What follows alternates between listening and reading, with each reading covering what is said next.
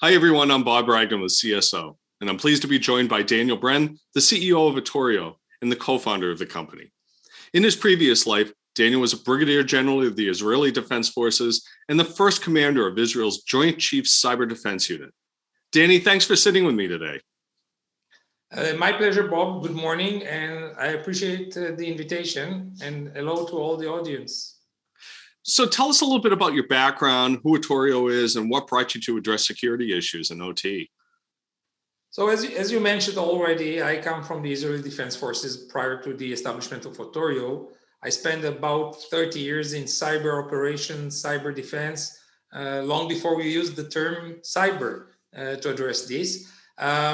You can say that for the last 10 years of my role, aside of being the Joint Military CIO, responsible for the digital transformation and establishing the Cyber Command, I was the CISO for the Joint Military Forces. And so I was responsible for the blue team part of making sure that of continuous operation. Now, I'll try and address that later, but if you take the mission critical environment of a military force, it is very similar to what you'd find in an industrial manufacturing plant, in critical infrastructure, and in smart infrastructure. It's basically a converged environment of IT, OT, and IoT playing together in an harmonized way to create an operation or a process, or in our case, a revenue generation. And during those 30 years, I would say, I've learned a lot of lessons on how to effectively and efficiently address cybersecurity, not only in the detection mode, but how to prepare your organization to be ready to deal with ever-growing threats. And probably we'll address that later. One example that I can give you is that safety and resiliency need to come at play aside data protection, which was the main core of the IT cybersecurity focused organizations. There are some unique tendencies to a military service, but there are also unique tendencies to an OT environment. And I think that with all this knowledge, and when I retired together with my partners, we decided to establish Itorio and provide the industrial market, the critical infrastructure and smart infrastructure, an effective and efficient way to address, I would say, proactively the risk associated with OT environments and operations. Yeah, the proactive is such a key part of that. You know, Danny, here in the US, we've experienced, as I'm sure you're quite aware, quite a few attacks which have impacted OT environments, and most recently at Colonial Pipeline and JBS and others. And at CSO, we've been covering critical infrastructure space for nearly 20 years. In fact, we used to run programs for Critical Infrastructure Assurance Office at the NSC before and after it was rolled into DHS. But the attack at Colonial Pipeline most definitely didn't go down the way I expected a critical infrastructure attack would. And I don't mean to laugh about it. It strikes me that way every day. It almost seemed like their OT environment was collateral damage to the ransomware attack against their IT environment. How did you see it? So first of all, I would like to start with a disclaimer. This is coming from my military background. Yeah. I would say that in all those incidents that you mentioned, and then many other, not all the information is revealed to the general public. So Fair enough. I would use what was published outside in the social media and in the open media, I would say. Mm-hmm. So unfortunately, Colonial and other malicious cyber activities, the one that you mentioned, even the water utility in Florida is a good example for that, are only symptoms of a larger problem. I would say that it starts with poor cyber hygiene as a norm, and unfortunately, and it's not because the CISOs and the CSOs are lazy. It's because this is a systematic problem with all those organizations that need to understand that the times have changed. We're living in new times, and you need to take things in a different approach, and probably we'll discuss about that a little bit later, both in IT, but also more problematic even in the OT environment due to the inherent problems they have, inherently insecure, multiple vendors, extending network connectivity due to the pandemic. So we would see that they are becoming the low-hanging fruit. So mm-hmm. if you have already a breach into a secured environment and it will proliferate to the OT, then you'll get collateral damage. But the problem with those type of incidents, that this is the first time it affects the revenue generation stream of the company. Mm-hmm. So from where you sit, what does the threat landscape look like for OT environments today? And how do you see that evolving? Before I address, and thank you for addressing the threat landscape, but before I address the threat landscape, I would like to take another step into the Sure, please go ahead. So we know the saying, this is a famous saying, you cannot defend what you don't know and you cannot defend what you cannot see. So in one of the problems I would say about the hygiene in the networks is the systematic flaw in the inability to visualize what are the assets, what are the processes, what are the roles of the assets. In the IT, most assets are born equal. In the OT environment, most assets are not born equal because you might have the same PLC or same asset from a technology perspective with the same vulnerability responsible for a different use case. So if it's a furnace, it can explode and then you'll have a safety related issue to that. You cannot audit or enforce or enforce in even scanning the environment. What is relatively simple and already a custom in the IT environment is almost a no-go in the OT environment. Do not touch our. So you see more industrial organizations trying to manage their converged environment, and unfortunately they're doing that slowly rather than in the right pace. And you'll see that they're in the same time in parallel due to the need to be competitive, to change a little bit about the work structures, especially with COVID, changes in supply chain. So they're expanding their perimeter exposure, and it will lead to, unfortunately, to those types of incidents that you mentioned. So if I would connect that to the first question about Otorio and Otorio's vision, so we understand that the industry currently has a very narrow, low view of what is happening in the production floor. And in order to be able and give a cohesive, systematic defense or in cybersecurity, you need a higher view or a higher place in the architecture in the way that you can monitor, govern, and understand what is going on in the entire operational environment. If you don't have this and you have a narrow view, then you will be able to identify, assess, and act only on what you are seeing. And the second thing I would say that organizations are lacking today are clear bottom lines, simple, actionable countermeasurement. So they have very good assessment report. It sits on the CISO's desk. And then when tries to translate that into a maturity program, usually it's where it's getting stuck. So I would say that the first time most of us heard about OT cyber attacks was Stuxnet and all the events around Stuxnet. But we need to understand that Stuxnet was a nation state play. And 99.9% of the audience today, and also of the greater economy of the OT environment will not face nation state players. Yes, we see nation state players, but the unfortunate thing that happened in the past 10 to 15 years is those offensive capabilities proliferated from the nation state players into the greater internet. And then cyber criminals have put their hands on those capabilities, and they are targeting today the low-hanging fruit because they found that as a very lucrative environment to work. So I would say that you'll see cyber criminal groups more aggressively and more actively aiming those type of organizations. You see that in mission critical environments, in critical environments, water facilities, utilities or energy. And recently the two incidents, not only the Colonial Pipeline, but also the other meat manufacturer that, to be honest, created a little bit some concern on my hand because I was wondering where the state will come from. So we need to understand that also when you're addressing threat landscape, it's not only the vulnerabilities and not only the threat actors, but also understanding what is happening within your environment. So let's begin by saying that the air gap and security biosecurity concepts are long gone, and people need to understand that. Unfortunately, today, when I'm speaking with several CISOs or operational managers in plants, they would tell me I'm disconnected from the internet, and they don't understand how wrong they're living in a bubble, and when they're saying that. So there are multiple aspects related to supply chain access, skills, and they're also contributing to the extending attack surface, which is extending threat landscape for industrial organizations. I addressed already IT and OT convergence.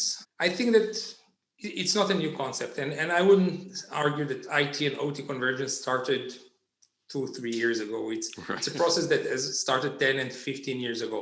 It's expediting today, especially due to COVID and pandemic.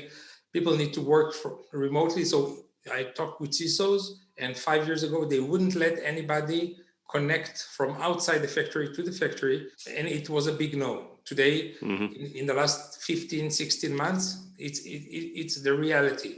So I would say that it will continue to be a part of our lives, especially supply chain. But unfortunately, this met us as the greater community of the CISO unprepared, because we needed to open our environments, our OT environments, but we are still in the first stages of our OT security maturity. So basically, we opened the rear door, and we are praying that nobody will see that.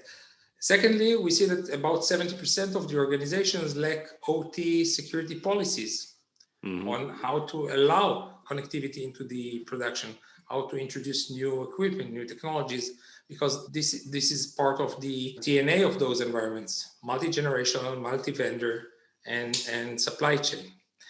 So I would say that if I'll try to connect that to the first answer I gave, is that the reason that we are seeing the expansion of the threat landscape is due to two factors: more aggressive groups that are using very offensive and very potent technologies coming from nation states, and us as victims not handling our OT environments properly. Do the basic things, I think that 90% of the successful attacks would have been avoided. Right. So for many of our listeners, likely because their OT environments were probably run by third parties until not long ago, securing those environments is somewhat of a new challenge. Maybe you could shed some light on the journey you've seen CISOs take as their responsibilities of securing IT environments have expanded to include OT environments. So yes, I'll be more than happy to do that. And thank you for asking this question, especially that if it's fine with you, I would like to use my personal experience as a CISO journey. And I'll use an example that I don't know whether it will be interesting for you and the audience or the participants in the conference, but it's the Iron Dome. If you think that Iron Dome is a very interesting system. So it's an OT, IoT, and IT environment that is operated in a semi-open architecture. And what it does is relatively a very simple thing. And it will be a great analogy to what the CISO are experimenting. So we have a sensor that identifies the launch.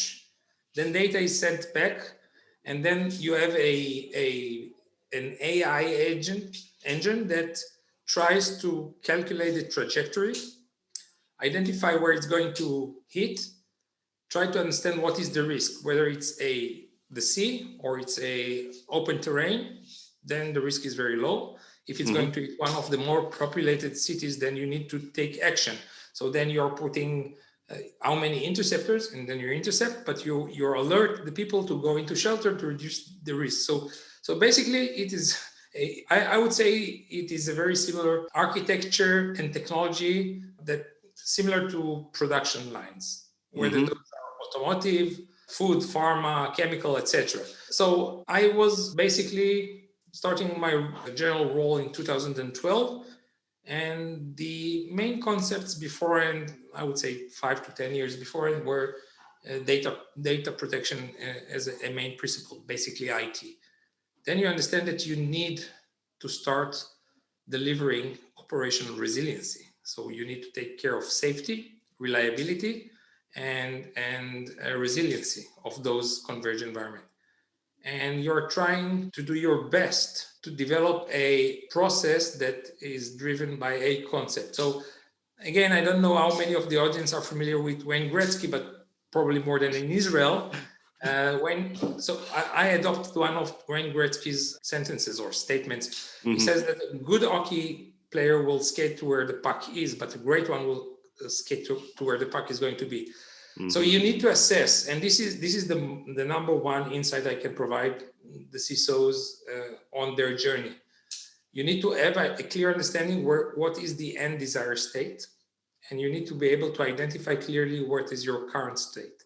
And unfortunately, you cannot work bottom up or top down. You need to work both, because if you start from the current state and trying to get to where you want to be, you'll find that you're lacking processes, governance frameworks, etc. If you'll start going from the desired state and going back, you'll find that you are vulnerable, highly vulnerable. So you need to do that in a more I would start with the who is connecting, why is connecting, who is operating, what he needs to do, to what type of assets, what type of processes, and why is he connecting to my environment? Because I would argue that supply chain and third-party vendors will continue to be a part of our production, because we want to focus on what we are good in, and we want to use others in order to be efficient in the process, other vendors. So the first thing I would put is a framework, and today we have already excellent documentation about OT cybersecurity framework. Build a governance framework for the organization, for the OT environment, and identify the partners and the tools. Then you'll start managing the day-to-day, I would say, operations, which is also important. Validation, visibility, vulnerability management, the validation of the people who is connected to the production floor and why, what is allowed to do and what is not allowed to do. What are the processes that I need to put in place, and what type of policies I want to enforce and monitor and control within my day-to-day operations. And unfortunately, from time to time, and we've seen that, and we talked about that, incident occurs. So incident handling, how you identify promptly and contain and mitigate that in the most efficient way without disturbing the production. Because we need to remember that when we're addressing OT environments, those are the revenue generation streams of the organization. So I would say that you need to be prepared, understand where you want to take the organization, and build it while maintaining the day-to-day operation and reducing on a daily basis the risk. One of the challenges that the CISO will have on his journey is that he needs to be very efficient with resources. First of all, because, and I don't know if we'll talk about executive boards and... Yeah, that's good. So one of the big shifts we've seen this past year is a more enthusiastic embrace of zero trust. And that model really by businesses of all sizes and in a variety of vertical markets. I think I know the answer, but can the same concepts of zero trust be applied to the OT environment? I think that, first of all, absolutely, I would say, but it cannot just be applied. It's imperative that it will be applied. Due to the factors that we've discussed before, and sometimes it will start with safety. So if you're not enforcing zero trust on the supply chain, on your OT environment, you are going to face serious challenges. And it might affect cost, it might affect your brand, or even have more severe outcomes to a potential incident. The problem within the OT environment is the absence of holistic tools. Again, if you're trying to do zero trust on a manually basis, or just put policies in place and you're not enforcing them, it will not be successful. It's a balance between opening your production floor because you want to be more competitive and more effective and more efficient, but you're introducing a lot of risks. So you need to introduce zero trust capabilities in order to govern the entire OT environment. So again, one of the main parts of the vision behind founding Otorio was this understanding of IT-OT convergence and the need to have zero trust within supply chain. So you need to ingest a lot of data from different data sources, be able to monitor what is happening on your production floor, enhance this data and inform the entire technology ecosystem on what is happening, and if you need to do an action to protect or block one of those activities. I would say that it will contribute directly to the hardening of the environment, which is important because it's part of the hygiene process. It will reduce your attack surface constantly. And this is also an important thing because we understand that threat is just on the rise. And eventually, bottom line, it will contribute to the overall holistic zero trust, but also it will enable you to continue your business operation as you planned in the beginning. Great. Danny, thanks for sitting down with us today. It was my pleasure. I've been speaking with Danny Bren, CEO of Atorio. You can learn more about Atorio and how they can help your organization address operational technology risks by visiting their booth in the exhibit hall. For CSO, I'm Bob Bragdon.